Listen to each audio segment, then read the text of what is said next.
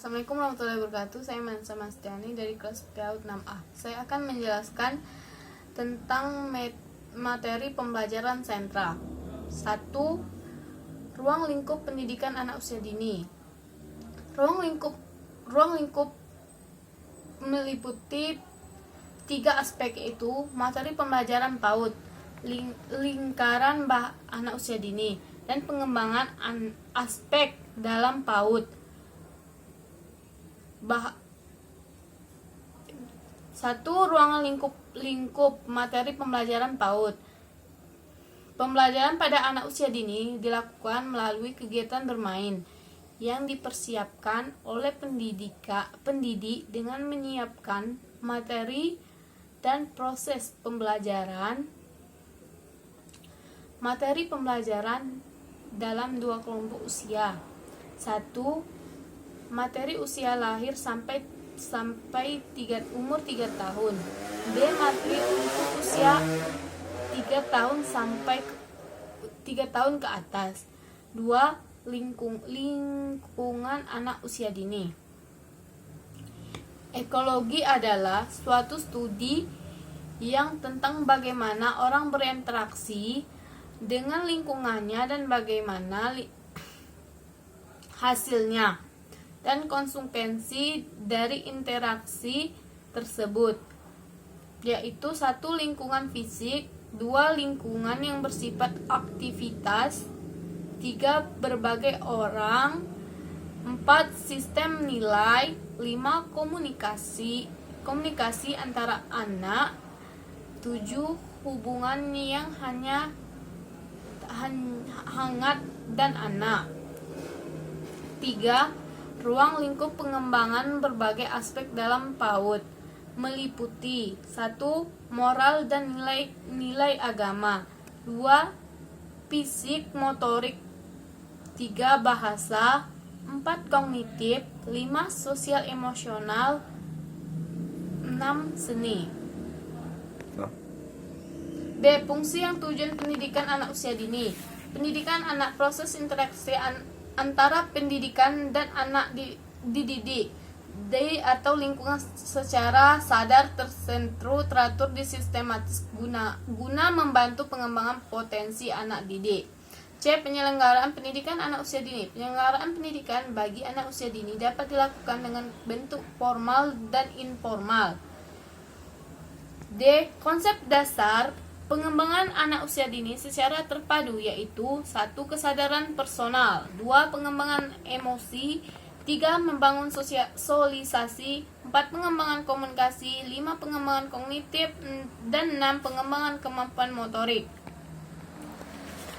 Yaitu yang kedua, karakter di PAUD. Karakter di PAUD merupakan beberapa proses tumbuh kembang yang sangat pesat dan pendapat bagi kehidupan berikutnya.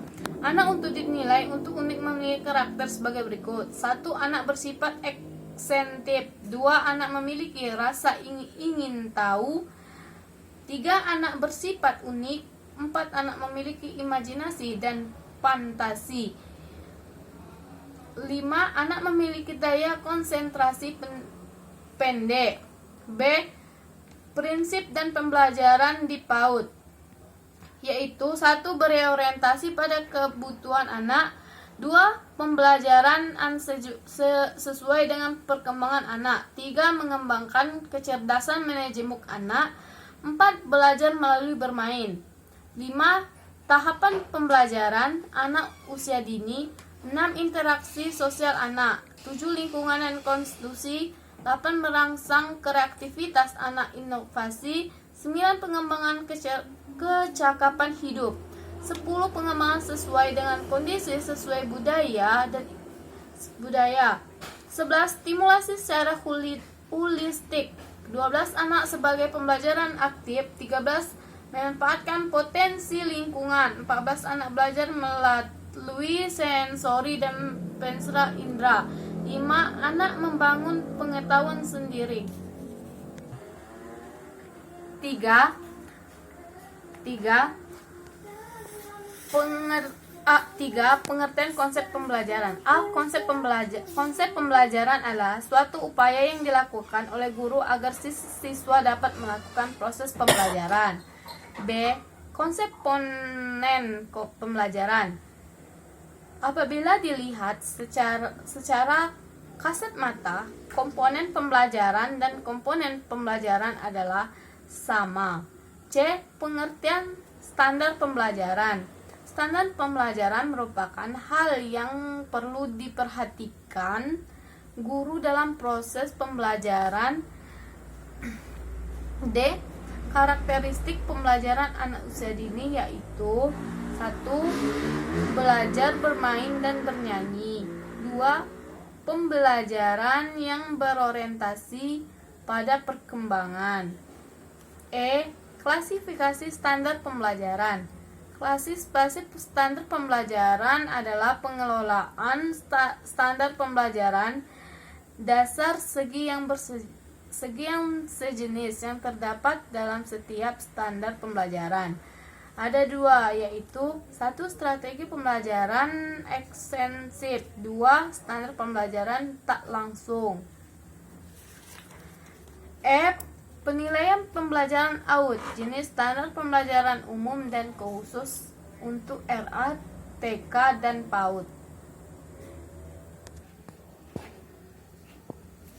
4. Yaitu metode pembelajaran sentra. Metode pembelajaran sentra adalah pendekatan pembelajaran yang dalam proses pembelajarannya dilakukan di dalam lingkungan dan sentra bermain. B. Prinsip-prinsip dasar metode pembelajaran sentra. Ada 4 teori prinsip pembelajaran sentra. 1. Teori pengetahuan. 2. Teori perkembangan. 3. Teori pembelajaran. Dan 4. Teori mengajar. C. Karakteristik metode pembelajaran sentra. Metode pembelajaran sentra merupakan metode pembelajaran yang merupakan karakteristik yang tidak dimiliki oleh pembelajaran lainnya sepertinya 1. Ruang lingkup kelas. 2. Guru. 3. Bermain. 4. Pijakan. 5. Intensitas dan densitas. 6. Bahan dan tugas. 7. Anak dan tugasnya. 8. Evaluasi kemampuan perkembangan anak. D. Macam-macam sentra dan metode pembelajaran sentra. 1. Sentra indeks keimanan dan ketakwaan.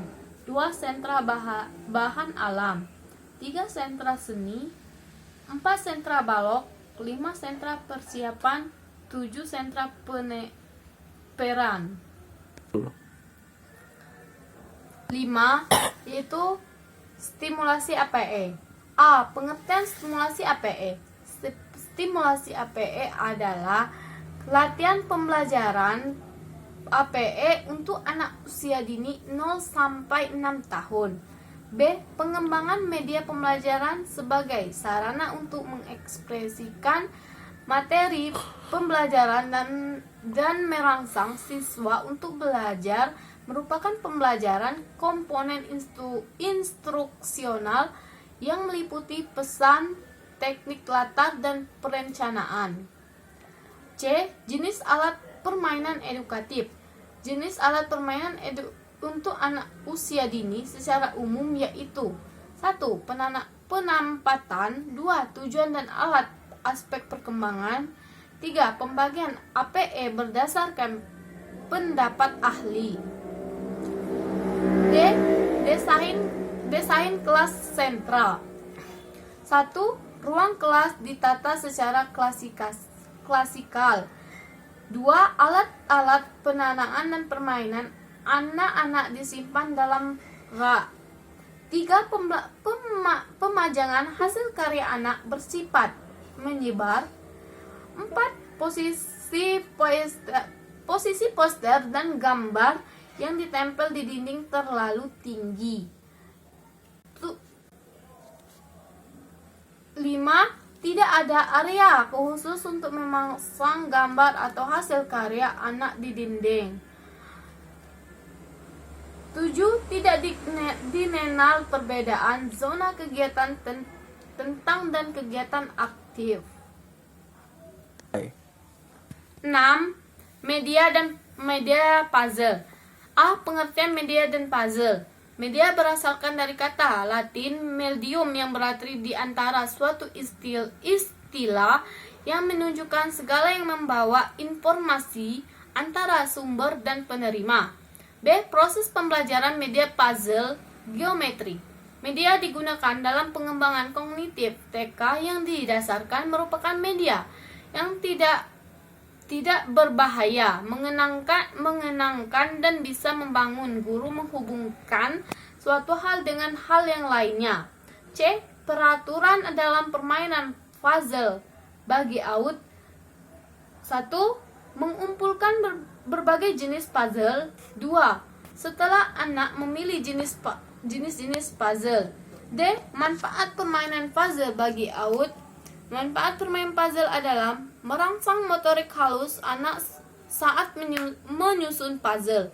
Gambar permainan ini juga dapat melatih anak bersifat, yakni melalui melihat potongan bentuk puzzle, memahami bentuk-bentuk dan berupaya memahami kembali bentuk tersebut setelah diacak. Kemampuan geometri pada anak TK.